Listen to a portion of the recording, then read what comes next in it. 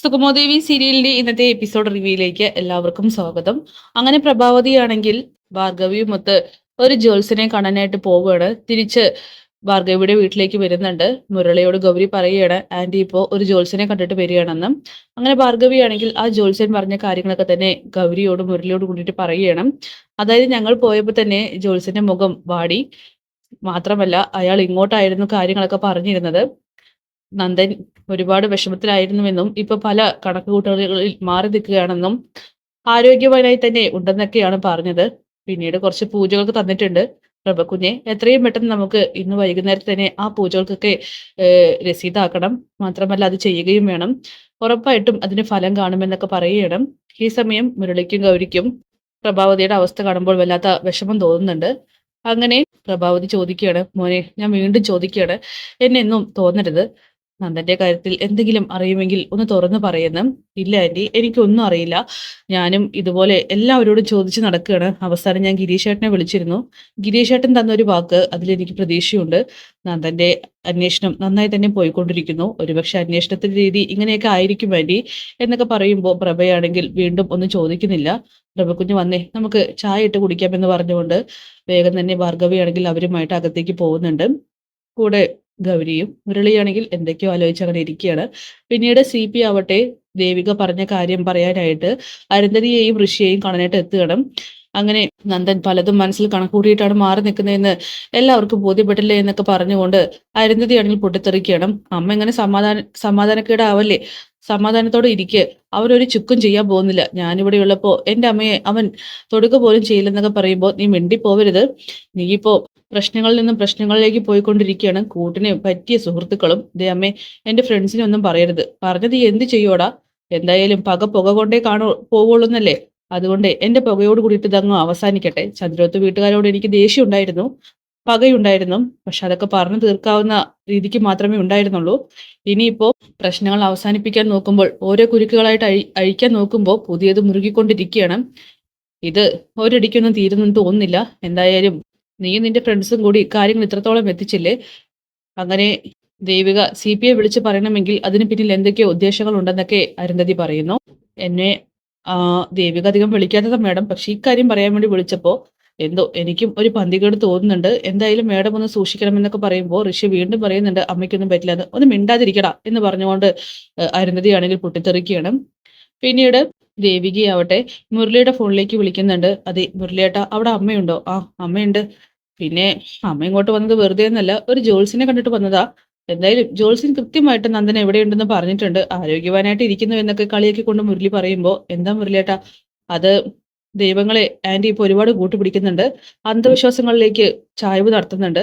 അതിനൊക്കെ കാരണക്കാരി ദേവികയെ നീയും നിന്റെ കൂടെയുള്ളവരും മാത്രമാണ്. സത്യങ്ങൾ എന്തൊക്കെയോ മറച്ചു വെച്ചിട്ടാണ് നിങ്ങൾ മുന്നോട്ട് പോയിക്കൊണ്ടിരിക്കുന്നത്. ഞങ്ങളോട് ആരോടൊന്നും പറയണ്ട, പക്ഷെ ആ പാവം ആന്റിയോട് എന്തെങ്കിലുമൊക്കെ പറയണം എന്നിങ്ങനെ പറയുമ്പോൾ മുരളിയേട്ടൻ എന്തൊക്കെയാ പറയുന്നത്? നന്ദുവിന്റെ അന്വേഷണം കൃത്യമായ രീതിക്ക് തന്നെയാണ് നടക്കുന്നത്. മുരളിയേട്ടൻ എന്റെ ഏട്ടനല്ലേ. ഏട്ടൻ എന്നുള്ള കാര്യം വാക്കിലും മാത്രം പോരല്ലോ ദേവികയെ, പ്രവൃത്തിയിലും വേണമല്ലോ. അതുകൊണ്ട് ഈ അനിയത്തിയോട് ചോദിക്കുക, എന്തെങ്കിലും അറിയാമെങ്കിൽ എന്നോടെങ്കിലും ഒന്ന് പറയും. എനിക്കും ഈ ടെൻഷൻ അടിച്ച് താങ്ങാനായിട്ട് പറ്റുന്നില്ല. മാത്രമല്ല എന്നോട് പറയാൻ ബുദ്ധിമുട്ടുണ്ടെങ്കിൽ ആ ആന്റിയോടെങ്കിലും നിങ്ങളൊന്ന് മനസ്സ് തുറന്ന് സംസാരിക്കണം. അത് മുരളിയേട്ടാ നാളത്തെ ഒരു ദിവസത്തോട് കൂടിയിട്ട് എല്ലാവരും അറിയും. എന്തറിയാൻ? മുരളിയേട്ടാ ഞാൻ പറഞ്ഞല്ലോ, നാളെ വരെ ഒന്ന് വെയിറ്റ് ചെയ്തേ മതിയാകൂ. എല്ലാത്തിനും ഒരു വ്യക്തത വരും. ഇപ്പോ അമ്മയെ എത്രയും പെട്ടെന്ന് ഇങ്ങോട്ടൊന്ന് വരാൻ പറയണം. ഹരിയങ്കൾ വന്നിട്ടുണ്ട്. ഓ എന്തിനായിരിക്കും വന്നിട്ടുണ്ടാവുക അറിയാലോ. എല്ലാം നല്ല രീതിക്ക് തന്നെ നടക്കും. പ്രഭ പേടിക്കാതിരിക്കുക എന്നൊക്കെ പറയാനല്ലേ എന്ന് മുരളി കളിയാക്കിക്കൊണ്ട് പറയുമ്പോൾ മുരളിയേട്ടാ ഞാൻ പറയുന്നത് കേൾക്ക്, അമ്മയെ ഇങ്ങോട്ട് വരാൻ പറയും. ആരെങ്കിലും ഈ സമയത്ത് ധൈര്യം തരുന്നതും നല്ലതല്ലേ എന്നൊക്കെ പറയുമ്പോൾ ആ നല്ലതാ നല്ലതാ എന്ന് പറഞ്ഞുകൊണ്ട് മുരളിയാണെങ്കിൽ ഫോൺ വെക്കുകയാണ്. അങ്ങനെ ഭാർഗവി പറയുകയാണ്, കുഞ്ഞെ നമുക്ക് ഇന്ന് തന്നെ വൈകുന്നേരത്ത് ക്ഷേത്രത്തിലേക്ക് പോകണം, പൂജകളൊക്കെ നടത്തണം എന്നൊക്കെ പറയുമ്പോൾ ശരി ഭാർഗവി എന്നൊക്കെ പറഞ്ഞ് പ്രഭാവതിയാണെങ്കിൽ കാര്യങ്ങൾ തീരുമാനിക്കുകയാണ്. അതോടുകൂടിയിട്ട് നന്ദമോന്റെ കാര്യങ്ങൾ അറിയാൻ കഴിയുമെന്നും ഭാർഗവി പറയുന്നു. ഈ സമയം മുരളി അങ്ങോട്ട് വരികയാണ്. പ്രഭാന്റിയെ എത്രയും പെട്ടെന്ന് ചന്ദ്രോത്ത് വീട്ടിലേക്ക് ചെല്ലാൻ പറഞ്ഞിട്ടുണ്ട്. ദേവിക വിളിച്ചിരുന്നു, ഹരിവക്കീൽ വന്നിട്ടുണ്ടെന്ന് പറയുന്നു. ആണോ മോനെ? ഇനിയിപ്പോ നന്ദനെ കുറിച്ച് അറിയാം എന്ന് പറഞ്ഞിട്ടായിരിക്കും. ഞാൻ എന്തായാലും എത്രയും പെട്ടെന്ന് അങ്ങോട്ട് ചെല്ലട്ടെ, എന്തെങ്കിലും പ്രതീക്ഷ ഉണ്ടാവണേ എന്ന് പ്രാർത്ഥിക്കണേ എന്നൊക്കെ പറഞ്ഞുകൊണ്ട് പ്രഭാവതിയാണെങ്കിൽ പ്രതീക്ഷയോട് കൂടിയിട്ട് തിരിച്ചു പോവുകയാണ്. ഈ സമയം രാധികയോട് മാധവൻ പറയുന്നുണ്ട്, ചന്ദ്രോത്ത് വീട്ടിലെ കാര്യങ്ങൾ എന്തായാലും ആവോ, നന്ദമോനെ കുറിച്ച് എന്തെങ്കിലും അറിവുണ്ടാകുമോ? അതെ, നിങ്ങൾ മര്യാദയ്ക്ക് മരുന്ന് കഴിച്ചു മുണ്ടാതെ കിടക്കാൻ നോക്ക്. ഇനി ആ ശാരികയുടെ വായിലിരിക്കുന്നതൊന്നും കേൾക്കാൻ നിൽക്കേണ്ട. എന്നാലും ടെൻഷൻ അടിച്ചെനിക്ക് ഇരിക്കാൻ വയ്യടി. അത് സാരല്ല, ഇനി ആ ശാരി ഇത് കേട്ടുകൊണ്ട് വരണ്ട എന്നൊക്കെ പറഞ്ഞ് രാധിക വഴക്ക് പറയുന്നു. അങ്ങനെ പ്രഭയാണെങ്കിൽ ചന്ദ്രവത്ത് വീട്ടിലേക്ക് എത്തുമ്പോഴേക്കും ഹരിവക്കീലാണെങ്കിൽ പ്രഭയോട് പറയുന്നുണ്ട്, നാളത്തോട് കൂടിയിട്ട് കാര്യങ്ങൾക്ക് ഒരു വ്യക്തത വരും. പ്രഭാവതി സമാധാനത്തോടെ ഇരിക്കെ. മാത്രമല്ല ഞാൻ ഡിവൈഎസ്പിയുമായിട്ട് സംസാരിച്ചിട്ടുണ്ട്. കാര്യങ്ങൾ ഫ്ലാഷ് ആക്കാനാണ് പറഞ്ഞിരിക്കുന്നത്. ഇനി രഹസ്യ സ്വഭാവം വേണ്ട എന്നും അയാളോട് പറഞ്ഞിട്ടുണ്ട്. ഇന്ന് വൈകുന്നേരത്ത് അയാൾ എന്നെ വിളിച്ച് സംസാരിക്കും. അതോടുകൂടിയിട്ട് നന്ദൻ എവിടെയാണെന്നുള്ള കാര്യങ്ങളിൽ വ്യക്തത ഉണ്ടാകും എന്നൊക്കെ പറയുമ്പോൾ, അപ്പൊ ഇതുവരെയും മോനെ എവിടെയാണെന്ന് അറിഞ്ഞില്ലേ ഹരിയേട്ടാ? എനിക്കിതൊന്നും താങ്ങാൻ പറ്റുന്നില്ല. നിങ്ങൾ എല്ലാവരും കൂടി എന്തെങ്കിലും മറച്ചു വെക്കുന്നുണ്ടെങ്കിൽ അത് എന്നോടൊന്ന് വ്യക്തമായിട്ട് പറയും.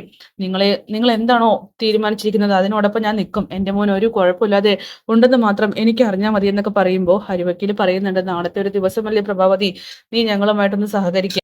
എന്തായാലും നന്ദന് ഒരാപത്തുമില്ലാതെ ഞങ്ങൾ നിന്റെ മുന്നിൽ കൊണ്ടെത്തിക്കും എന്നൊക്കെ പറയുകയാണ്. അപ്പോൾ നന്ദൻ എവിടെയാണെന്ന് നിങ്ങൾക്ക് മനസ്സിലായോ? പറഞ്ഞല്ലോ, നാളത്തെ ദിവസം നിർണായകമാണ്. നന്ദൻ എവിടെയാണെന്നുള്ള ചില ഊഹങ്ങളൊക്കെ കിട്ടിയിട്ടുണ്ടെന്നിങ്ങനെ ഹരിവക്കീൽ പറയുകയാണ്. അങ്ങനെ അയാളാണെങ്കിൽ പ്രഭാവതിയെ സമാധാനിപ്പിക്കുന്നുണ്ട്. നാളത്തോട് കൂടിയിട്ട് എന്തെങ്കിലും അറിയാൻ കഴിഞ്ഞില്ലെങ്കിൽ ഒരു അമ്മയുടെ മനസ്സിനെയാണ് നിങ്ങൾ എല്ലാവരും കള്ളം പറഞ്ഞ് പറ്റിക്കുന്നതെന്നുള്ള കാര്യം ഓർത്തോ എന്നൊക്കെ പ്രഭാവതിയാണെങ്കിൽ തിരിച്ചും ഭീഷണിപ്പെടുത്തുന്നുണ്ട്. ഞങ്ങൾ എന്തായാലും അത്ര ക്രൂരന്മാരല്ല. എല്ലാം മറച്ചു വെച്ച് നാടകം കളിക്കാൻ ഞങ്ങൾ ഒരിക്കലും ആഗ്രഹിക്കുന്നില്ല പ്രഭാവതി. അതുകൊണ്ട് കൃത്യമായി തന്നെ കാര്യങ്ങൾ അറിയിക്കുമെന്ന് പറഞ്ഞ് ഹരിവക്കീൽ ധൈര്യം കൊടുക്കുകയാണ്. പിന്നീട് അരുന്ധതിയും ഋഷിയും ചേർന്ന് നമ്മുടെ ഇസബല്ലയെയും അതുപോലെ കെവിനെയും വിളിച്ചു വരുത്തുന്നുണ്ട്. ദേവികയുടെ ഒരു നീക്കമാണെന്ന് അവർ അത് തിരിച്ചറിയാണ്. ഈ ഒരു ഭീഷണി ഒന്നും തന്നെ വകവെക്കാനായിട്ട് കഴിയില്ല. അവൾ എന്തൊക്കെയോ പ്ലാനിങ് നടത്തുന്നുണ്ടെന്ന് അരുന്ധതി പറയുമ്പോൾ ശരിയാണ്, എനിക്കും അങ്ങനെ തോന്നിയിട്ടുണ്ട്. ഋഷി പറയുകയാണ്, ഒന്നില്ലെങ്കിൽ നന്ദനെ മാറ്റിയിരിക്കുന്നത് നമ്മളാണെന്ന് അറിഞ്ഞിട്ട് അവൾ ഓരോ ഭീഷണി മുഴക്കണം, തെളിവുകൾ ശേഖരിക്കാൻ വേണ്ടിയിട്ടും നന്ദൻ എവിടെയാണെന്ന് അറിയാൻ വേണ്ടിയിട്ടും. അല്ലെങ്കിൽ ഈ പറയുന്ന ചന്ദ്രവത്ത് വീട്ടുകാർ തന്നെയായിരിക്കണം ഇതിന് പുറകിൽ. നന്ദനെ എവിടെയോ അവർ മനഃപൂർവ്വം മാറ്റി വെച്ചിരിക്കുന്നു. പിന്നെ ദേവിക കരുനീക്കം നടത്തുന്നുണ്ടെന്ന് മനസ്സിലാക്കിയത് നന്ദനെ പോലീസിൽ ഹാജരാക്കാതെ ഹരിവക്കീലിനെ വിട്ടയച്ച് കാര്യങ്ങൾ അറിയിച്ച നിമിഷം മുതലാണ് മനസ്സിലാക്കി തുടങ്ങിയത്. എന്തായാലും അതിനുള്ള തിരിച്ചടി അവൾക്ക് കൊടുക്കണമെന്നൊക്കെ അരുന്ധതി പറയുമ്പോൾ, ആന്റി ഈ കാര്യം എനിക്ക് വിട്ടേക്ക്, ദേവികയെ അങ്ങനെ വിടാൻ തീരുമാനിച്ചിട്ടില്ല. കെവിനും പറയുന്നുണ്ട്, അവൾ അങ്ങനെ നമ്മളെ പൊട്ടന്മാരാക്കുകയാണെങ്കിൽ അതിനുള്ള തിരിച്ചടി കൊടുക്കണം ഇസബല്ല എന്ന്. അത് ഉറപ്പായിട്ടും കൊടുത്തിരിക്കുമെന്നും ഇസബല്ല പറയുകയാണ്. പിന്നീട് ദേവിയാണെങ്കിൽ തിരിച്ച് വീട്ടിലേക്ക് വരികയാണ്. വണ്ടി നിർത്തിയിട്ട് മുരളിയോട് പറയുന്നുണ്ട്, നാളെ നേരത്തെ എത്തണമെന്ന്. അതെ ദേവി, എനിക്കൊരു കാര്യം പറയാനുണ്ട്. എന്താ മുരളിയേട്ടാ? അല്ല, കുറച്ച് സമയം നിൽക്കേണ്ടി വരും. അന്നല്ലേ, ഇപ്പൊ ഒന്നും എനിക്ക് കേൾക്കണ്ട എന്ന് പറഞ്ഞുകൊണ്ട് ദേവി ആണെങ്കിൽ അവിടെ നിന്നും ഇറങ്ങി പോവുകയാണ്. അത് മുരളിക്ക് തീരെ ഇഷ്ടപ്പെടുന്നില്ല. അങ്ങനെ മുരളി ആവട്ടെ കാറ് ഓഫാക്കിയിട്ട് ഇറങ്ങുന്നുണ്ട്. ഈ സമയം ഷാരിയാണെങ്കിൽ, ആ ചേച്ചി ഇത്ര നേരത്തെ എത്തിയോ? ആടി എത്തി. മുരളി പുറകെ വരികയാണ്. ദേവി, എനിക്കൊരു കാര്യം പറയാനുണ്ട്. ആ മുരളിയേട്ടൻ പോയില്ലേ? എന്താ മുരളിയേട്ട കാര്യം? ഇതാ ഈ കിഴി അങ്ങ് പിടിക്കും. ഇതെന്താ? മുരളിയേട്ടൻ കൊണ്ടുപോകുന്നതല്ലേ പതിവ്, ഇന്നെന്താ പതിവ് തെറ്റിച്ച്? ഇനി ഞാൻ ഈ ജോലിയിലേക്ക് വരുന്നില്ല. അതെന്താ മുരളിയേട്ടാ? വേറെ ഡ്രൈവറെ ദേവി അന്വേഷിച്ചോ? ഞാൻ ഈ ജോലി രാജിവെക്കുന്നു. എന്ത് പറ്റി? എനിക്കതിന്റെ കാരണം അറിയണം. ഒരു ജോലി ചെയ്യുമ്പോൾ അതിൽ നിന്നും സന്തോഷവും അതുപോലെ സ്വാതന്ത്ര്യമൊക്കെ വേണ്ടേ? പൈസയ്ക്ക് വേണ്ടി മാത്രമല്ലല്ലോ ഒരു മനുഷ്യൻ ജോലി ചെയ്യുന്നത്. എനിക്കിതിലൊട്ടും സന്തോഷമില്ല, സ്വാതന്ത്ര്യമില്ലെന്ന് പറയുമ്പോൾ, മുരളിയേട്ടൻ നാളെ മുതൽ വരണ്ട, പക്ഷെ എന്തുകൊണ്ടാണ് സ്വാതന്ത്ര്യമില്ലായ്മ എന്ന് എന്നോട് വ്യക്തമാക്കിയിട്ട് പോയാൽ മതിയെന്ന് മുരളിയോട് ദേവി പറയുകയാണ്. ഇത് കേട്ട് മുരളിയാണെങ്കിൽ ഒന്ന് സ്റ്റക്കായി നിൽക്കുന്നുണ്ട്. അപ്പൊ അത് കാണിച്ചുകൊണ്ടാണ് എപ്പിസോഡ് അവസാനിക്കുന്നത്. കാത്തിരിക്കാം കിടിലൻ എപ്പിസോഡിനായി.